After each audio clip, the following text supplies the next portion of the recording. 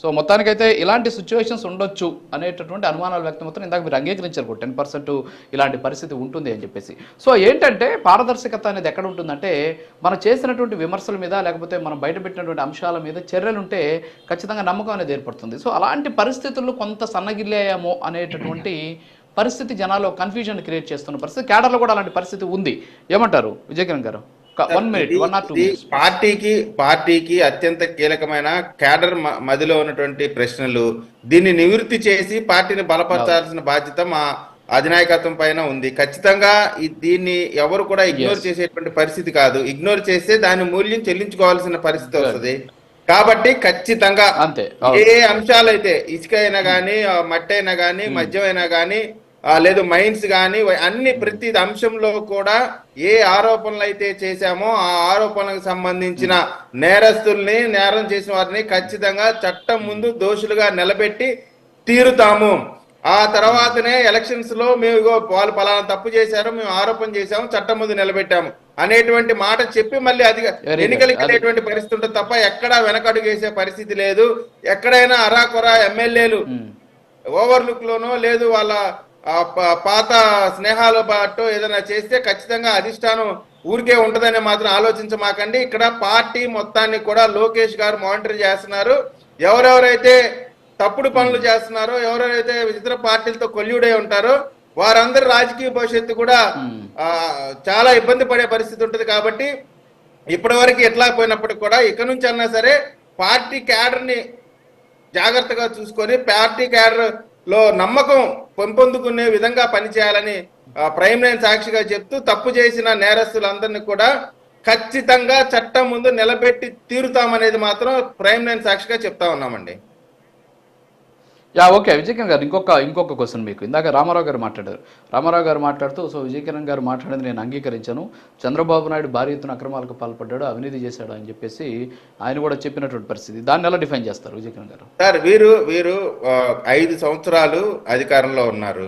5 సంవత్సరాలు అధికారంలో ఉండి చివరి 6 నెలల్లోనో 7 నెలల్లోనో చంద్రబాబు నాయుడు గారి మీద 500 కోట్లు, 300 కోట్లు, 200 కోట్లు, 100 కోట్లని, చివరికి 27 కోట్లని, తర్వాత 17 కోట్లని ఇట్లా దిగిపోతూ వచ్చారు. 6 లక్షల కోట్ల నుంచి 25 కోట్లకు క్విట్ ప్రోకో అనేటువంటి మాటకు వచ్చారు. అంటే వారు చేసినటువంటి ఆరోపణలు మొత్తం కేవలం రాజకీయ ఆరోపణలే. నేను అదే చెప్తానండి, రేపొద్దున నెక్స్ట్ ఎలక్షన్స్ తర్వాత కూడా ఏమంటారు, మేము గతంలో చేసిన ఓన్లీ రాజకీయ విమర్శలు అనే అవకాశం ఉంటుంది. కాబట్టి మాకు ఆ స్పృహ ఉంది. కాబట్టి మేము చేసిన ప్రతి ఆరోపణల పైన కూడా విచారణ జరిగిద్ది. నేరం చేస్తున్న వాటిపైన ఖచ్చితంగా చట్టం ముందు నిలబెడతాం. ఇక్కడ చంద్రబాబు నాయుడు గారిని ఏ టైంలో అరెస్ట్ చేశారు? తెల్లవారుజామున అరెస్ట్ చేసి విజయవాడ తీసుకొచ్చి ఇక్కడికి వచ్చిన తర్వాత ఎఫ్ఐఆర్ లో పేరు పెట్టారు. సోదరుడు ఒకసారి చెక్ చేసుకోవాలి, మీ అందరికి కూడా తెలుసు.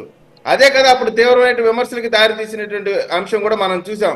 కాబట్టి ఎక్కడా కూడా వైఎస్ఆర్ కాంగ్రెస్ పార్టీ అధికారంలో ఉన్న సమయంలో చేసిన తప్పులు కాదు, వాళ్ళు చేసినటువంటి విధ్వంసాలు, అన్యాయాలు, అకృత్యాలు, ఎంపీలను కొట్టడాలు, దళిత యువకుని చంపి డోర్ డెలివరీ చేయడం అసలు ఒకటి కాదండి. వీరు చెయ్యని దాష్టికం అంటూ లేదు.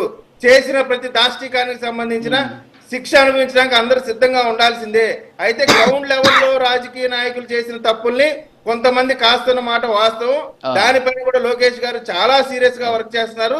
క్యాడర్ లో నమ్మకం కలిగించి వారికి విశ్వాసం కలిగించి పార్టీని బలోపేతం చేసే దిశగా లోకేష్ గారు పర్సనల్ ఇంట్రెస్ట్ తీసుకున్నారు. కాబట్టి ఈ సమస్యలన్నీ కూడా సాల్వ్ అయ్యి క్యాడర్ మొత్తం కూడా సంతోషంగా ఉండబోతా ఉందండి.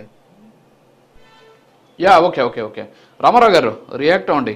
ఇటీవల మనం చూస్తున్నాం జగన్మోహన్ రెడ్డి గారి మీద ఉన్నటువంటి కేసుల వ్యవహారంలో సరిగ్గా విచారణ జరగట్లేదు, ఆయనకు సంబంధించి ఈడీ సిబిఐ వాళ్ళతోటి కుమ్మక్కయ్యారు అని చెప్పేసి కూడా నిన్న ఒక సుప్రీంకోర్టులో ఒక కేసుకు సంబంధించి రఘురామకృష్ణరాజు గారి న్యాయవాది వాదించినటువంటి పరిస్థితి. ఏంటి పై స్థాయిలో కూడా కుమ్మక్కైపోయారా లేకపోతే ఏంటి అసలు? ఎందుకని క్యాడర్ మీరేమో ఇబ్బందులు పడుతున్నారు? ఇందాక విజయకిరణ్ గారి మీద దారి దోపిడీ కేసు కూడా పెట్టారంట. సో ఇలాంటి కేసులు చాలామంది మీద పెట్టినటువంటి పరిస్థితులు మనం చూసాం. కానీ పై స్థాయిలో మాత్రం అడ్జస్ట్ అయిపోతున్నారు. ఎందుకంటే సోషల్ సైకోల్ అని చెప్పేసి ఇటీవల కేసులు పెట్టారు. పాపం కనీసం అన్నాన్ని కూడా లేనటువంటి వాళ్ళు కేవలం జగన్మోహన్ రెడ్డి గారి మీద అభిమానంతో ఆయన అధికారంలోకి రావాలి అనేసి చొక్కాలు చింపుకొని పెట్టినటువంటి పోస్టులకి జైల్లో ఉన్నారు పాపం ఈరోజు. కానీ ఆ రోజు బహిరంగంగా అమ్మనా బూతులు మాట్లాడినటువంటి ఆనాటి ఎంపీలు, ఆనాటి ఎమ్మెల్యేలు, ఆనాటి మాజీ మంత్రులు ఏమైపోయారో తెలియదు. వాళ్ళంతా కూడా హ్యాపీ లైఫ్ని ఎంజాయ్ చేస్తున్నారు. ఏంటి దౌర్భాగ్యం ఏంటి అసలు? చెప్పండి రామారావు గారు.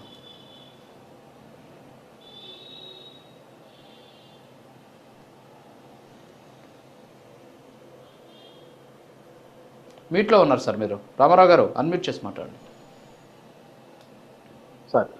పెదకూరపాడు కాన్స్టిట్యున్సీలో ఈ సోషల్ మీడియా విషయాలను కూడా చూడాలండి మనం. ఇక్కడ కేసుల అంశానికి వస్తే విజయకరణ గారు ప్రస్తావించిన అంశం చూస్తే పెదకూరపాడులో తమ్ము బాబు అనేటువంటి వ్యక్తి ఒక ఏదో కందిపప్పు తూకం తగ్గిందని మీడియాలో ఏదో షేర్ చేస్తే అతని మీద కేసులు పెట్టారు. ఈ 2 రోజుల క్రితం అండి ఇక్కడ సంతనూతలపాడు కాన్స్టిట్యున్సీ నాగులపూడిపాడు మండలం అమనబ్రోల్లో అక్కడ ఉన్నటువంటి ఒక ఈర్ల సాయి అనేటువంటి కుర్రోడు ఏదో ఫ్లెక్సీల దగ్గర కొంచెం అంతకుముందు గొడవలు ఉన్నట్టు సార్ తిరుమలలో హుండీలో డబ్బులు ఎత్తుకెళ్లిపోతున్నారండి, హుండీని దోచుకుంటున్నారు అని చెప్పేసి సాక్ష్యాధారాలతో ఆధారాలు బయట పెడితే నేను లైవ్ లో ఉంటే అరెస్ట్ చేశారు సార్.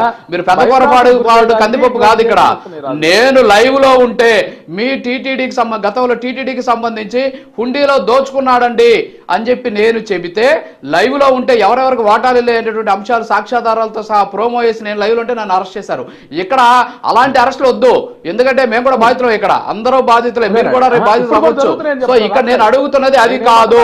సోషల్ సైకిల్ కందిపప్పు గురించి పెట్టిన అతన్ని అరెస్ట్ చేసినప్పుడు ఎందుకని కొడాలి నాని ఎందుకని వదిలేశారు? దీనికి సమాధానం చెప్పండి. అంటే కొడాలి నాని వీళ్ళంతా అడ్జస్ట్ అయిపోతే పర్లేదా? చెప్పండి. మార్పులు రావాలి. ఎటువంటి సంస్కృతిని వ్యతిరేకిస్తూనే నేను చెప్తుంది మీకు. నేను ఏమంటున్నానంటే అవి ఇప్పుడు కూడా కంటిన్యూ అవుతున్నాయి. ఏ ప్రభుత్వం అయినా ఎవరైనా సరే అనవసరమైనటువంటి నిరాధారమైనటువంటి కేసులు. ఈరోజు నేను అక్కడికి వచ్చాను. మీ టాపిక్ ఇంపార్టెంట్ అంశం ఏంటంటే మనము ముందు మళ్ళా డీవియేషన్ అయిందండి. ఇక్కడ మస్తాన్ రావు గారు చెప్పినటువంటి అంశంలో మీరు జగనన్న కాలనీల అంశాన్ని కూడా చెప్తే, జగనన్న కాలనీల అంశానికి వస్తే అక్కడ జగనన్న కాలనీలో 71,811 ఎకరాల భూసేకరణ ప్రభుత్వ భూమి అయితే ప్రైవేట్ భూమి అయితే లార్జ్లీ జరిగిందండి స్కీము. అట్లాగే 30 లక్షల మందికి ప్రయోజనం చేసినటువంటి స్కీము. ఇది 56,000 కోట్లండి. దాని విలువ ఈ రోజు చాలా పెరిగింది. నేనేమంటున్నానంటే అక్కడక్కడ చిన్న చిన్న జరిగితే మిస్టేక్ జరిగి ఉండొచ్చు, అది పెద్ద స్కీము. అట్లా 17,005 కాలనీలు పెద్ద లార్జ్ కాలనీలు కూడా రూపొందించుకున్నాయి. ఇవన్నీ కూడా మనకు కనిపిస్తున్నాయి. అంత అభివృద్ధి జరిగిన దాంట్లో చిన్న చిన్నవి మనము ఎత్తి చూపుతున్నటువంటి అంశాన్ని కూడా మనం పరిగణలోకి తీసుకోవాలని నేను చెప్తూ, అట్లాగే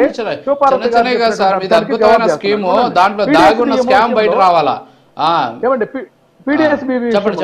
అవును విచారణ జరిపించమనండి. జగనన్న కాలనీలో జరిగితే విచారణ జరిపించమనండి. ఇప్పుడు ఏం చేస్తున్నారు? వాటిని కంటిన్యూ చేస్తున్నారు. అదే కదా మీరు అడ్జస్ట్ అయిపోయారని కదా, మీ ఎమ్మెల్యేలు మాజీ ఎమ్మెల్యేలు అడ్జస్ట్ అయిపోయారు. అదే కదా మేము అడుగుతున్నది. అదే కదా విచారణ జరిగితే ఈ సమస్య ఉండదు కదా. ఇచ్చిన పట్టాలను జగనన్న కాలనీలు ఇచ్చిన పట్టాలను లబ్ధిదారుల నుంచి ఏదైతే ఇంకా ఇల్లు కట్టుకోలేదు వాళ్ళకి రద్దు చేసి మళ్ళీ వీళ్ళు పీక్కొని సొమ్ము చేసుకోవాలనేటువంటి తాపత్రయం కలుస్తుంది. శివపార్వతి గారు చెప్పినటువంటి పీడీసీ బియ్యం మీరు మంచి మాట చెప్పాను. నేను ఏమంటున్నానంటే పేదల బియ్యం పక్కదారికి పట్టకుండా చేయాల్సినటువంటి బాధ్యత కూడా పౌర సరఫరా శాఖ ఉంది. ఎందుకంటే విజిలెన్స్ ఉంటుంది, ఎన్ఫోర్స్మెంట్ ఉంటుంది. అట్లాగే గోడౌన్ నుంచి డైరెక్ట్ గా మిల్లర్లకు పోతున్నాయి. అదే మిల్లర్లు ఏదైతే గతంలో చేశారో మీరు ఆపేస్తున్నా అదే మిల్లర్లు ఈ రోజు కూడా చేస్తా ఉన్నారు. ఇటువంటిది ప్రభుత్వంలో ప్రభుత్వ ఏదైతే మంత్రిగా ఉన్నారో ఆయన నిర్ణయం తీసుకోవాల్సినటువంటి ఆవశ్యకత ఉంది. ఇప్పుడు కూడా జరుగుతా ఉంది. అట్లాగే నేనేమంటానంటే విజయకరణ గారు చేసినటువంటి అంశాల మీద కూడా నేనేం చెప్తున్నానంటే ఇవన్నీ కూడా పరిపాలనలో పారదర్శకంగా రావాల్సినటువంటి ఆవశ్యకత ఉంది. దానికి మనము దాని వైపున మనం వెళ్లాల్సినటువంటి అవసరం ఉంది. సేమ్ టైము ఇక్కడ ఒక అంశం మనం తీసుకోవాలండి. ఇక్కడ మైనింగ్ ప్రధాన ఆదాయ వనరుగా రాజకీయ నాయకులు మద్యాన్ని మట్టిని అట్లాగే భూములను కబ్జా చేసుకునేటువంటి అంశం కానీ బియ్యాన్ని కానీ అట్లాగే పోలీస్ రెవెన్యూ ఇంజనీరింగ్ పంచాయతీరాజ్ దోమ పోస్టింగుల్లో కూడా డబ్బులు తీసుకొని ప్రజలు